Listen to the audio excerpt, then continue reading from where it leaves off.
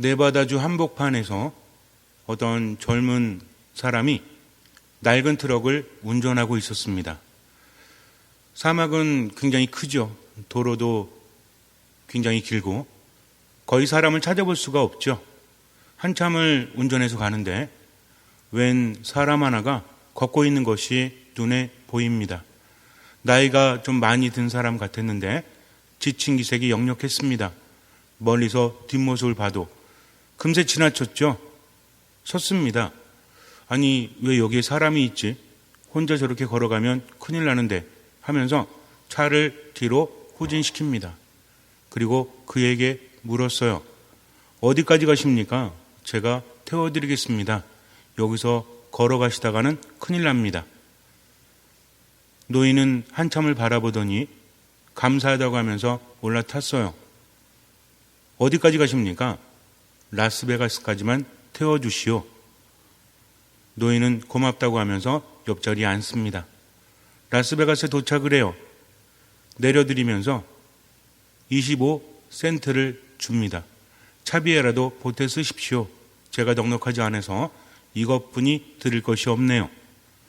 감사하다고 하면서 명함을 한 장 달라고 합니다. 내 언젠가는 이 신세를 꼭 갚도록 하겠소. 괜찮습니다. 별로 한 것도 없는데요. 하면서 떠나갔어요. 그리고 세월이 흐릅니다. 젊은 사람은 그것을 잊었죠. 뭐 대단한 일도 아니고 자기가 큰일을 한 것도 아닌데. 그러다가 연락이 왔습니다. 어떤 사람이 죽었는데 그의 앞으로 유산을 남겼대요. 친척도 없고 그리고 유산을 남겨줄 만한 재료가도 없는데 무슨 일인가 하면서 그리로 찾아갔습니다. 한 노인이 죽으면서 가족이 없었어요. 그래서 대부분의 재산은 건강재단에다가 맡기고 16분의 1 재산만 그에게 남겨주었습니다. 그것이 우리나라 돈으로 환산하면 2천억 정도 된다고 합니다. 하워드 휴즈라는 사람이었죠. 이 사람은 미국에서 굉장히 유명한 거부였습니다. 돈이 많은 사람이었어요. 항공사도 가지고 있었고 극장, 카지노, 호텔 이런 것들을 운영했던 사람입니다. 많은 돈이 있었지만 남겨줄 사람이 없었다고 합니다. 수많은 여성들이 곁에 있었지만 결혼도 하지 않았다고 합니다. 그래서 대부분의 돈은 자신이 설립한 의학재단에 맡겼고 16분의 1만 그에게 주었는데 16분의 1도 2천억 원이라는 거죠. 2천 원이 아닙니다. 2천억 원. 그러면서 그가 유산을 남긴 이유는 내가 여태껏 만난 사람 중에서 대가를 바라지 않고 친절을 베푼, 자선을 베푼 사람이기 때문에 이 사람에게 남깁니다. 하면서 죽을 때 nothing, nothing 그러면서 죽었대요. 영어로 뭡니까? 아무것도 없다라는 거죠. 그렇게 많은 돈을 모았지만 이제 마지막 눈 감을 때가 되니까 아무런 의미가 없다고 그렇게 말하면서 숨을 거두었다고 합니다. 2천억의 돈을 받은 멜빈 다마라는 사람, 이 사람은 과연 행복할까요? 행복하지 않을까요? 알 수 없죠. 제가 여러분께 말씀드리는 것은 그가 자선을 베풀었고 그에 대한 대가로 많은 유산을 받았으니까 여러분들도 받기 위해서 자선을 베푸십시오. 이런 게 아닙니다. 내가 뭔가를 받으려고 자선을 베푼다는 것은 아름답지 않기 때문에 그래요. 이 사람은 기대할 수도 없었죠. 왜냐하면 큰일을 한 게 아니잖아요. 스스로 대단하다고 여기질 않았지만 자선을 받은 사람에게는 그것이 아주 큰 것이었다는 거죠. 하워드 휴즈는 늘 주변에서 자신에게 뭔가를 바라는 사람만 만나다가 남루한 복장으로 네바다주 사막을 홀로 거닐 때 그때 자신을 그냥 도와준 사람에게 그것을 남겼다는 것입니다. 이제 중요한 것은 그에게 맡겨진 것을 가지고 그가 무엇을 하느냐가 더 중요합니다. 어떻게 살았는지는 잘 모르겠어요. 지금도 살고 있으니까 얼마 되지 않은 얘기입니다. 한 10년, 20년 뭐 그 정도 됐나? 지금 아마 그 돈을 가지고 사업을 하는지 뭘 하는지 모르겠지만 그게 중요한 게 아니죠. 정말 중요한 것은 그런 자성행위를 기억한 사람이 있는 것처럼 우리도 살아가면서 내가 하는 모든 행위는 사람들에게 영향을 준다는 겁니다. 좋은 일, 선한 일을 하면 그들의 마음속에 좋은 것을 주고 그렇지 않으면 나쁜 것을 주죠. 더 중요한 것은 무엇입니까? 하느님께서 기억하신다는 거죠. 성경을 찾아보면 자선에 대한 말이 많이 나옵니다. 자선은 뭐라고 합니까? 자선은요, 우리를 죽음에서 살린다고 합니다. 자선은 나의 죄를 없애준다고 합니다. 예수님은 뭐라고 하십니까? 자선이라는 것은 우리 속에 있는 것을 깨끗이 한다라고 하시죠. 안에 있는 것들을 내보내면 안이 깨끗해진다라고 하십니다. 자선이라는 것은 우리들에게 있어서 엄청난 거예요. 살아가면서 죄를 짓거나 또는 하느님께 다른 사람에게 뭔가 짐을 남기고 있다면 그것을 없애주는 것이 자선이라는 거죠. 자선은 기본적으로 무엇입니까? 내 것을 가지고 베풀어주는 것을 의미하죠. 단순히 착한 일을 하면서 나는 이 정도 베풀었으니까 대단한 거야. 이것이 아니라 자신의 삶에 대해서 깊이 알고 있는 사람이에요. 우리의 삶이 영원하지 않다는 것을 아는 사람이에요. 내가 가진 것을 통해서 다른 이들에게 베풀어 줌으로 인해서 스스로 행복하다는 것을 아는 사람이라는 거죠. 하느님께서 만드신 대로 세상을 살아가는 사람은 행복합니다. 몸도 건강하고 정신과 영혼도 행복할 수밖에 없죠. 물론 하느님 믿고 최선을 다한다고 해서 아프지 않다는 얘기가 아닙니다. 중요한 것은 잠시뿐인 세상을 살면서도 하느님의 뜻대로 사는 사람만이 행복하다는 거죠. 건강하면서도 행복하지 않은 사람이 있는가 하면 건강하지 않아도 행복한 사람이 있습니다. 어떤 사람이 건강한 거죠? 여러분들 어떻게 생각하세요? 아프지도 않고 그냥 쨍쨍하면서 살아가는 사람이 건강합니까? 물론 몸은 건강하다고 할 수 있죠. 그렇다면 그 정신도 건강할까요? 마음도 건강할까요? 어찌 보면 몸은 좀 약해도 스스로 평화를 누리는 사람, 행복한 사람이야말로 참으로 건강한 사람이 아니겠습니까? 몸도 마음도 영혼도. 그런데 어떻게 해야만 건강해지는지를 하느님께서 알려주시죠. 그분을 믿으면 됩니다. 이렇게 말했더니 저는 믿음을 많이 가졌는데도 하느님께서 저에게 행복을 주지 않으십니다. 라는 생각이 들 수도 있죠. 그렇다면 정말 참된 믿음인가요? 가끔 신자분들께 이런 얘기를 듣습니다. 신앙도 중요합니다. 그런데요, 우리들의 삶도 중요하지 않습니까? 신앙도 중요하지만 저에게는 가족도 중요하고요. 제 인생도 중요합니다. 라고 말씀을 하시는 경우가 있어요. 우리 모두 공감할 수 있죠. 그런데 이것은 신앙이 뭔지를 모를 때 하는 이야기입니다. 신앙이라는 것은 삶의 첫 자리에 하느님을 두는 거죠.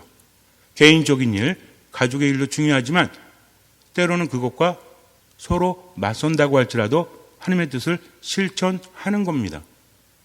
하느님께서는 우리에게 많은 것들을 요구하시는 것 같죠. 예수님께서 뭐라고 하십니까? 나를 따르기 위해서는 자신의 가족들도 미워해야 한다. 심지어는 누구까지도 자기 자신까지도 미워해야 한다라고 말씀을 하십니다. 그러니까 저는 하느님 믿기 위해서 앞으로는 가족도 미워할 거고요. 제 자신도 미워할 거예요. 이런 뜻입니까? 미워한다는 것은 뭐예요? 비교하는 거죠. 하느님을 사랑함에 있어서 하느님의 뜻을 따름에 있어서 저는 그것과 맞선다면 제 가족의 뜻도 따르지 않을 겁니다. 저는 제 뜻까지도 따르지 않을 겁니다. 이것을 의미한다는 거죠. 가장 중요한 것은 하느님의 뜻을 내 삶 안에서 실천하는 것. 그러기 위해서는 어떻게 해야 돼요? 하느님의 말씀을 들어야 합니다. 최종적인 판단은 누가 하는 거예요? 내가 하는 거죠. 신부님이 이렇게 하랬다고 해서 신자로서 이렇게 하겠습니다. 자세는 좋습니다. 그러나 그것은 신앙에 관련해서 여러분들이 받아들이고 여러분들이 양심에 의해서 판단했다면 이것이 하느님의 말씀이구나 한다면 그것을 따라야 되는 거죠. 우리는 신앙이냐 내 삶이냐 신앙이냐 가족이냐 이렇게 생각을 합니다. 언제 하느님께서 가족을 학대하고 언제 하느님께서 가족을 버리라고 하셨습니까? 물론 나를 따르기 위해서는 자기 가족을 떠나야 된다. 자기 자신을 버려야 된다. 이것은 다른 의미예요. 나와 함께하는 가족을 사랑하라는 것이 하느님의 뜻입니다. 하느님의 뜻은 요약하면 뭐죠? 사랑이라는 거죠. 하느님을 사랑하고 이웃을 사랑하는 겁니다. 하느님을 사랑하는 사람은 어떤 사람이에요? 하느님의 말씀을 듣고 그분의 뜻이 이루어질 수 있도록 최선을 다하는 것. 늘 그분의 말씀에 귀를 기울이는 겁니다. 이웃을 사랑한다는 것은 무엇입니까? 이웃을 사랑한다는 것은 그냥 좋은 관계를 유지한다는 것이 아니라 내 것을 준다는 것을 의미하는 거죠. 어떤 사람이 이웃이에요? 여기서 예수님께서 말씀하신 이웃은 누구입니까? 뭔가 필요한 사람들, 먹을 것이 없는 사람들, 입을 것이 없는 사람들, 도움이 필요한 사람들, 위로가 필요한 사람들, 이런 사람들에게 자기가 가지고 있다면 주라는 겁니다. 그렇게 본다면 우리 가족이 힘들어하고 있어요. 그러면 어떻게 해야 돼요? 혼자 외로워서 아파가지고 병이 들어가지고 집에서 끙끙 앓고 있는데 나 성당 가야 돼, 성당 가서 봉사해야 돼 하고 성당에 오란 얘기입니까? 아니죠. 지금 아파서 누워있다면 가족으로서 간호를 해줘야 됩니다. 이것이 바로 사랑이라는 거죠. 정말 중요한 것은 자신의 양심에 비춰서 지금 내가 핑계를 대고 있는 것인지 아니면 정말 하느님의 말씀을 듣고 실천하고 있는 것인지 이것을 본인이 가장 잘 알고 있다라는 거죠. 그것을 실천해야 됩니다. 이렇게 깊이 생각해 본다면 저는 하느님도 중요하지만 신앙도 중요하지만 가족이 더 중요합니다 라고 말할 수 있을까요? 하나님의 뜻이 그것이 아닌데요. 가끔 제가 여러분에게 그런 말씀 드리잖아요. 농담으로 옛날에 홍길동이 집을 떠나려고 하는데 아버지를 만납니다. 한이 맺혔죠. 아버지를 아버지라 부르지 못하고 형을 형이라 부르지 못하니 서자 출신인 제가 여기에서 있는데 한들 어떤 의미가 있겠습니까? 저는 여기를 떠나겠습니다. 그랬더니 아버지가 마음이 아파서 호부호영을 호하노라 그랬죠. 그랬더니 홍길동이 뭐라고 합니까? 아버지를 아버지라 부르지 못하고 형을 형이라 부르지 못하는데 호부호영이 무슨 의미가 있습니까? 답답합니다. 그러니까 호부호영을 호하노라 그랬더니 홍길동이 뭐라고 그래요? 아버지를 아버지라 부르지 못하고 형을 형이라 부르지 못하는데 얼마나 답답해요. 호부호영의 뜻이 뭔지 모르는 거죠. 우리도 마찬가지입니다. 하나님의 뜻이 무엇인지도 알지 못하면서 듣지도 않으면서 하나님도 중요하지만 신앙도 중요하지만 저는 제 삶이 더 중요합니다 라고 말할 수 있겠습니까? 전적인 신뢰라는 것은 무엇입니까? 하느님께 모든 것이 가능하고 하느님은 나를 나보다 더 사랑하시기 때문에 지금은 이해가 되지 않아도 믿고 맡기는 거죠.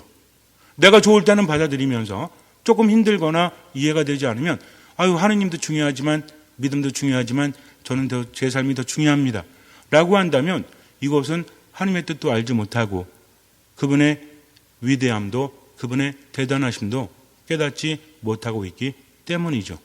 인간의 삶이라는 것은 무엇입니까? 기본적으로 우리 신앙인들에게 있어서 인간의 삶은 하느님께서 주신 거죠. 그리고 영원하지 않습니다. 그래서 하나님의 뜻을 따르면서 지금을 살아가는 거죠.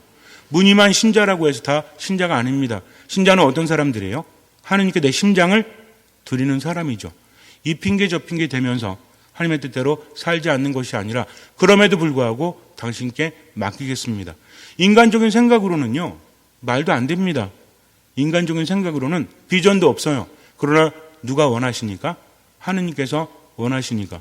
우리 천주교 신자들에게 있어서 그리스도를 믿는 사람들에게 있어서 신앙은 무슨 신앙이라고 합니까? 십자가 신앙이라고 하잖아요. 동시에 뭐라고 하죠? 부활 신앙이라고 합니다. 우리가 이해할 수 없는 방식으로 하느님은 우리를 구원하셨죠. 사람들은 이해할 수 없었습니다. 아니 어떻게 하느님이 인간이 되실 수 있죠? 이것도 이해 안 되지만 인간 되신 하느님이 어떻게 십자가에서 죽을 수 있습니까? 십자가상에서 죽음은 절망이었잖아요. 그러나 그것이 하느님께서 원하신 것이었기 때문에 예수님께서는 그렇게 하신 겁니다. 예수님께서 우리를 구원하신 방식은 뭐였죠? 매 맞고 가시관 쓰고 십자가 지고 사람들에게 버림받고 하나의 과정이었죠. 그분은 왜 세상에 오셨습니까? 아버지의 뜻을 이루기 위해서, 그분께 순명하기 위해서. 그러나 하나님의 뜻은 인간의 뜻과는 다르기 때문에 그분은 모든 것을 그분께 맡겨야 됐어요. 그 십자가 위에서 예수님 뭐라고 하십니까? 나의 하느님 나의 하느님 어찌하여 나를 버리셨나이까? 그러나 또 뭐라고 하셨죠? 아버지 손에 제 영혼을 맡깁니다 하면서 고개를 떨구고 죽으셨죠. 그러나 그것으로 끝이 아니었습니다. 우리 신앙은 십자가 신앙이라고 하지만 또 무슨 신앙이라고 하죠? 부활 신앙이라고 합니다. 그래서 예수님께서는 이해할 수 없는 말씀을 하시는 거예요. 자기 자신을 죽이는 사람은 살 것이요 살려고 하는 사람은 죽을 것이다. 근데 이 기본적인 신앙을 우리가 지키지 않습니다. 내가 싫으면 싫은 거예요. 아무리 하느님 말씀이라고 해도요. 저 안 할 거예요. 얼마나 사정이 안 좋은데요. 저는 그렇게 못합니다. 그것이 공적인 일이 됐든 개인적인 일이 됐든 하나님의 뜻이 우리에게 호소하고 있음에도 불구하고 구걸하게 만듭니다. 하느님, 당신 뜻이라면 제가 하겠습니다. 이게 아니고요. 하느님께서 이렇게 좀 해주지 않으면 저 못해요. 저 그렇게 안 할 겁니다. 제 가슴에 얼마나 사무쳤는데 제가 그런 걸 합니까? 저는요, 신앙도 중요하지만 제 삶이 더 중요하거든요. 그런데요, 그 생명조차도 하느님께서 주셨습니다. 기도하지 않는 거죠. 하나님의 뜻이 무엇인지 깨닫지도 못합니다. 그러면서 기적이 일어나기를 바란다면 이 얼마나 어처구니 없습니까? 기적이 일어날 때마다 예수님께서는 뭐라고 하셨죠? 너의 믿음이 너를 구원하였다. 굉장히 중요한 겁니다. 예수님은 그냥 기적을 행해주지 않으십니다. 무엇을 보시고? 믿음을 보시고. 이 믿음이 뭐라고 했죠? 내 심장을 하나님께 드리는 것. 어떤 상황이 되었든 그것이 하나님의 뜻이라는 것을 내가 안다면 아무리 힘들고 아무리 괴롭고 말이 안 된다고 할지라도 저는 당신을 따르겠습니다 하면서 맡기는 것이 죽음이에요. 그 다음에 부활로 이어집니다. 왜? 하느님께서 함께 하시기 때문이죠. 이 세상을 살면서도 마찬가지입니다. 인간의 뜻대로 정말 지혜롭다고 스스로 판단하고 살아가는 사람들은 마지막에 어떻게 해요? 하워드 휴즈처럼 nothing 하면서 안타깝게 눈을 감을지도 몰라요. 그동안 추구했던 모든 것들이 의미가 없다는 거죠. 죽을 때뿐만이 아닙니다. 지금 살면서도 어때요? 행복하지 않은 거죠. 많이 가지면 뭐합니까? 느끼지 못하는데. 많이 누리면 뭐합니까? 늘 부정적인데. 인간이 살아감에 있어서 행복을 느낀다는 것은 두 가지 차원에서 이루어진다라고 하죠. 무엇입니까? 얼마를 가지면 행복할 수 있을까? 이것은 알 수가 없죠. 중요한 건 뭐예요? 그 사람의 생각과 그 사람의 느낌이잖아요. 즉 어떤 생각을 하느냐, 어떤 마음을 갖느냐에 따라서 삶은 달라지지 않아요? 나는 행복하다라고 느끼는 사람이 있죠. 나는 행복하다라고 생각하는 사람이 있죠. 즉 좋은 것을 느끼는 사람과 긍정적인 생각을 하는 사람이 행복하다는 거죠. 그런데 점점 어떻습니까? 코로나19 때문에 많은 사람들이 힘들어하죠. 요즘에 더 힘들잖아요. 왜 힘들어요? 나아질 줄 알았거든요. 1차, 2차 맞고 부스터샷까지 맞고 그리고 이제 좀 나아지나 했더니 며칠 새에 어땠습니까? 3,000명대에서 7,000명으로 4,000명대에서 7,000명으로 예전에 기억나십니까? 100명 넘어갈 때 500명 넘어갈 때 800명 넘어갈 때 어떻게 했어요? 큰일 났다 막 그랬잖아요. 근데 지금 몇 명인지 아세요? 7,000명대입니다. 그러니까 예전에 800명, 1,000명은 아무것도 아닌 거죠. 그런데도 어때요? 삶은 더 느슨해지고 있잖아요. 이게 인간인 거예요. 저는 여러분들에게 질병에 대해서 말씀드리는 게 아닙니다. 인간의 생각은 늘 바뀌기 때문에 이러다가 1,000명대로 떨어지면 어떻게 될 것 같아요? 이제 좀 편안하구나 할걸요? 옛날에는 500명만 넘어도 아주 난리 났다고 했지만 무슨 얘기입니까? 그때하고 지금 어느 때가 옳다는 얘기가 아닙니다. 이렇게 무엇이 바뀐다? 인간의 생각과 인간의 느낌은 바뀐다는 거죠. 그래서 인간이 병드는 이유, 행복하지 않은 이유, 현대인들에게 있어서 가장 힘들게 하는 게 뭐라고 그래요? 요즘에 코로나 바이러스 이것도 무섭지만 그것 때문에 뭐가 더 무섭다고 합니까? 우리들의 우울감이 더 무섭다고 하잖아요. 우리들의 분노가 더 무섭다고 하잖아요. 실제로 그렇지 않아요? 코로나 걸리지 않아도 주변 관계가 망가지면 얼마나 힘들어집니까? 내 스스로가 행복하지 않고요. 내 안에 우울감이 있고 뭐가 있습니까? 분노가 있습니다. 여러 가지 감정들이 있지만 그중에서도 인간을 망치고 관계를 망치는 가장 특징적인 감정이 이 두 개라고 합니다. 우울감과 분노라는 거죠. 그래서 우울이라는 것은 상실감에서 온다고 했죠. 분노는 좌절에서 온다고 했습니다. 이 두 가지가 우리 가정을 망치고 있고요. 내 자신을 망치고 있고 온 사회를 망치고 있어요. 코로나 바이러스보다 이게 더 무서울지도 몰라요. 그러니 행복하지 않은 거죠. 행복하지 않으니까 어때요? 더 채우려고 노력하지만 그렇지가 않아요. 생각은 점점 어떻습니까? 부정적이 되죠. 요즘에는 그래서 그래요. 5분 이상 대화하지 말래요. 왜? 5분 이상 대화하면 싸운대요. 화가 나 있거든요. 이미 화가 나 있습니다. 상대방에게 화가 난 게 아니라 내가 화가 나 있기 때문에 상대방이 이뻐 보이질 않는 거죠. 그래서 부부 간에도 연인 간에도 친구 간에도 뭐 하지 마라? 5분 이상 대화하지 말고, 특히 무슨 얘기하지 마라? 정치 얘기하지 마라. 서로가 너무 안 좋아지기 때문이다 라고 하지 않습니까? 이게 왜 그래요? 우리 마음이 병들어가고 있기 때문에 그래요. 우리 생각이 점점 그렇게 돼가고 있기 때문에 그래요. 그럼에도 불구하고 우리는 죽으려고 하지 않습니다. 살려고 발버둥 치죠. 하지만 더 죽어가고 있다는 거죠. 여기서 하느님께서는 우리에게 무엇을 주십니까? 평화를 주십니다. 하느님의 평화는 어떤 평화예요? 우리가 이해할 수 없죠. 인간의 이해를 뛰어넘으신 분, 그분은 무엇을 지켜주십니까? 예수 그리스도 안에서 우리의 생각과 마음을 지켜주신다라고 오늘 저희 독서는 말하고 있잖아요. 정말 중요한 것은 우리가 행복하기 위해서는 두 가지를 지켜야 되는데 무엇이다? 생각과 우리들의 마음이다. 이것을 누가 지켜주신다? 하느님께서 지켜주신다는 거죠. 어떤 방식으로? 인간의 이해를 뛰어넘는 방식으로 그것을 지켜주십니다.